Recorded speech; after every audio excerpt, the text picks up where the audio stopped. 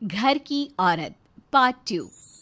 मीना याद है ना आपको, जिसके ससुराल में ससुर और पति कैसे उसका और उसकी सास का अपमान किया करते थे। वैसे तो मीना को नौकरी की इजाजत मिल गई थी, लेकिन मीना, ये क्या है? खाना अभी तक नहीं बना। कब से मैं यहाँ बैठा हूँ कि नाश्ता कर लूँ। बस 2 मिनट, वो ऑफिस की एक ईमेल करनी है। तभी ससुर जी आ जाते हैं। मैंने कहता था जिस दिन ये फीमेल ईमेल करने लगेगी घर नहीं चलने वाला। तभी सास हाथ में नाश्ते की प्लेट ले आती है। ये लो, सभी उपमा खाओ। गर्मा गर्म स्वादिष्ट उपमा देखकर वाह माँ जी, 2 मिनट में ये कमाल, क्या बात है। वो आता है ना रेडी टू ईट वाला पैकेट, वही बनाया है। स्वाद बता बहू कैसा है। कल तक जो बीवी पति के नाम से ही कांपती थी, बहू के आ जाने के बाद कैसे उड़ रही है, ये देखकर ससुर जी को आ जाता है गुस्सा। हाँ, पैसे तो पेड़ पर उगते हैं ना, या तेरा बाप दे जा रहा है जो बैठे बैठे पैसे खर्च कर रही है। अरे जरा शरीर चला लिया कर, वरना पता है ना जब मेरा हाथ पड़ेगा तो कैसे काम करती है तू।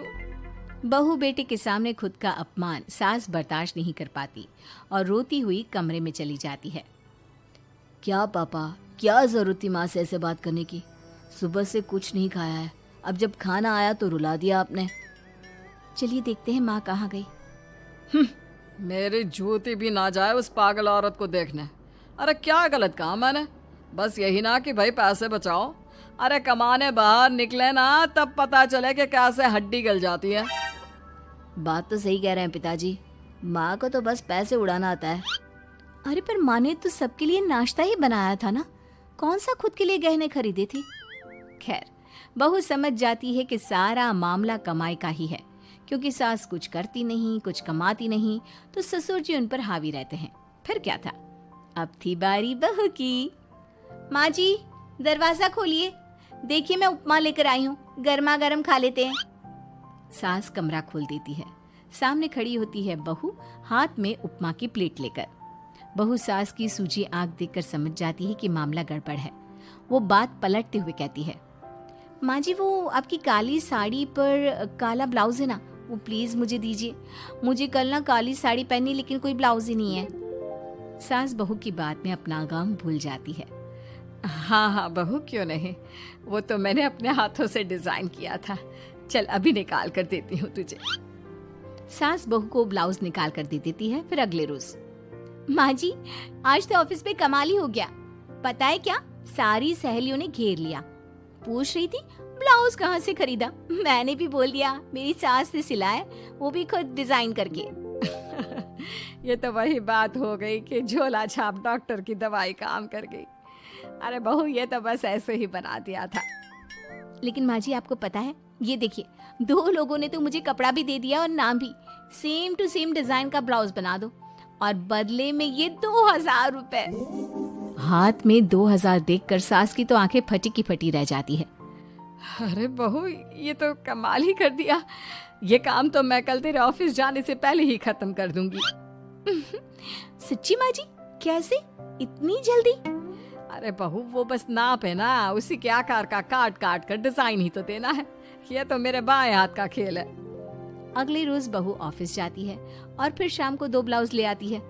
अरे बहू, क्या बात है, लेकिन इसकी डिजाइन। बहू फोन में सास को डिजाइन दिखाती है। अरे ये तो बच्चों वाला डिजाइन है, रुक अभी थोड़ी देर में ही दे देती हूँ। सास बहू को कपड़े सिल कर देती और बहू सास को रुपए।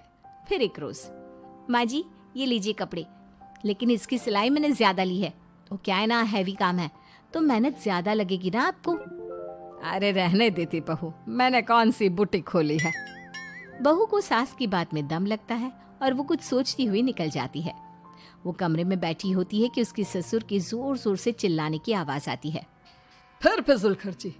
अरे तुम्हारे जैसी बेकार नाकाम काज करने वाली औरत कब पैसे की कीमत समझेगी। क्या जरूरत थी ये मशीन खरीदने की?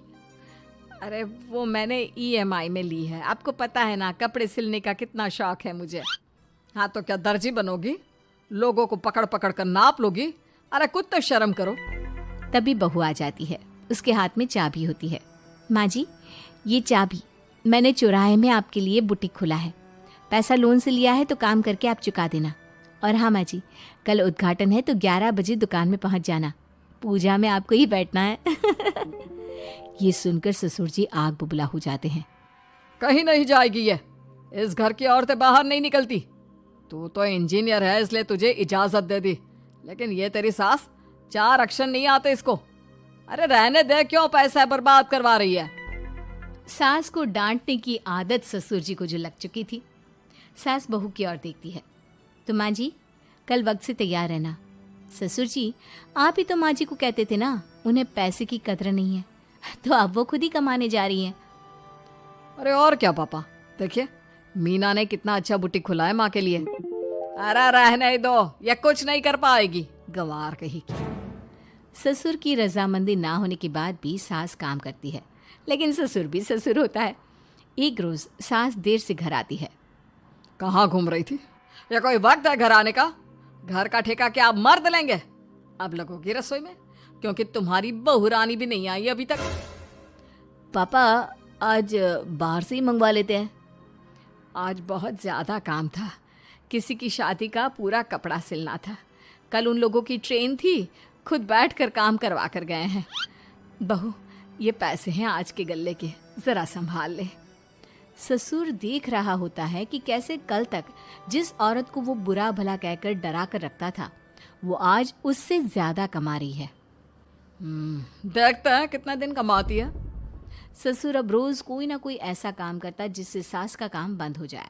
फिर एक दिन, हे भगवान 10 बज गया, बुटीक खोलने का वक्त हो गया है, लेकिन ये मेरी साड़ी, इस पर ये क्या गिर गया? पता नहीं किसने क्या डाल दिया, अब क्या करूं? सास दोबारा अलमारी से दूसरी साड़ी निकालती है, फिर उसे प्रेस करती है और किसी तरह बुटीक पहुंचती है जहां पहले से ही कस्टमर खड़े होते हैं। अरे क्या हो गया? लगता है काम चल गया तो मैडम के भाव बढ़ गए। पता है इस धूप में पिछले आधे घंटे से खड़े हैं, पता होता तो वो बगल वाली शॉप में ही दे देते। अरे अरे माफ़ करिएगा, वो क्या हुआ ना, तैयार होकर निकल ही रही थी कि साड़ी में सॉस गिर गया। दोबारा साड़ी चेंज की तो आप आई। ठीक है, लेकिन अब आ गई है तो ज़रा जल्दी से कपड़े दे दो, हमें जाना है। सास को कस्टमर की बात बुरी लगती है, लेकिन क्या करती, वो जल्दी से सभी को सारा सामान देकर विदा करती है। सारा दिन काम करती है। वो निकल ही रही थी कि एक कस्टमर आती है। जी वो मेरी साड़ी है ना शादी की, उसका लहंगा बनवाना है। हाँ हाँ क्यों नहीं, बनवा लो। शादी की साड़ी के साथ इमोशंस जुड़े होते हैं। बिल्कुल सही बोला आपने, परसों मेरी शादी की सालगिरह है तो ज़रा बना देना। अरे नहीं, इतनी जल्दी कहाँ तैयार होता है शादी का लहंगा, कम से कम 4 दिन तो। देखिए आप 2 दिनों में जितना कमाती है ना वो मैं आपको 1 दिन में दे दूंगी। बस मेरी ये शादी की साड़ी का लहंगा बना दीजिए। सास को भी अब पैसे की लालच आ जाती है। वो सोचती है कि वैसे भी कोई अर्जेंट काम नहीं है तो वो मैनेज कर लेगी। अब ठीक है, नाप दे दीजिए। औरत नाप देकर वहां से चली जाती है। सास सोचती है कि घर जाकर रात में काम करेगी। ये सोचकर वो उस औरत की शादी की साड़ी घर ले आती है। वाह, अब काम घर पर भी ले आ रही हो। हाँ लेकिन घबराइए नहीं, घर के काम में कोई असर नहीं होगा।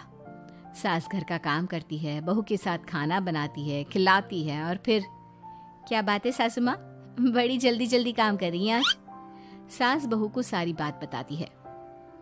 क्यों माँ जी, इतनी भी क्या मेहनत करना? अरे बात सिर्फ पैसे की नहीं है, बल्कि उस बेचारी औरत की इमोशंस की भी थी। ये उसकी शादी की साड़ी है ना। ससुर पास खड़ा सब सुन रहा था। अब देखो, बहुत काम करने का शौक है ना, कैसे भरे बाजार तुम्हारी दुकान खुद तुम बंद करोगी। जब सास पूरी रात काम करके सुबह लेटती है, मौका देखकर ससुर कैंची से साड़ी को काट देता है। अगली सुबह, चलो कल आधा लहंगा सिला था, आज पूरा करके शाम को ही उसे उसका लहंगा सौंप दूंगी। लेकिन ये क्या, सास जैसे ही लहंगा उठाती है, लहंगा तो फटा होता है। वहीं ससुर छुपकर सास को देख रहा था। हाय रे, ये किसने किया? ससुर छुपकर हंस रहा था। बहू देख लेती है और ससुर के पास जाती है। पिताजी, आपसे ऐसी छोटी हरकत की उम्मीद नहीं थी। आप खुद ही दुकान बंद करेगी। ससुर वहां से चला जाता है। सास भी वहां आ जाती है। वो समझ जाती है कि उसके पति ने ही साड़ी पर कैंची चलाई है। लेकिन फिर शाम को, जी वो मेरा लहंगा तैयार हो गया? हाँ जी, मैं तो कहती हूँ कि आप एक बार लहंगा पहन कर भी देख ले। औरत लहंगा पहन कर आती है और खूब खुश हो जाती है। अरे ये लहंगा है ना अंकल जी कमाल का, आंटी जी ने बनाया है, बिल्कुल लेटेस्ट डिजाइन। औरत सास को ढेर सारे पैसे देकर चली जाती है। लेकिन मैंने तो ये औरतों का फैशन है, कहीं से सिल दो या कहीं से काट दो, फैशन ही होता है। चलिए शाम का खाना मेरी तरफ से, आज आपका जन्मदिन है ना, रिटर्न गिफ्ट तो बनता ही है।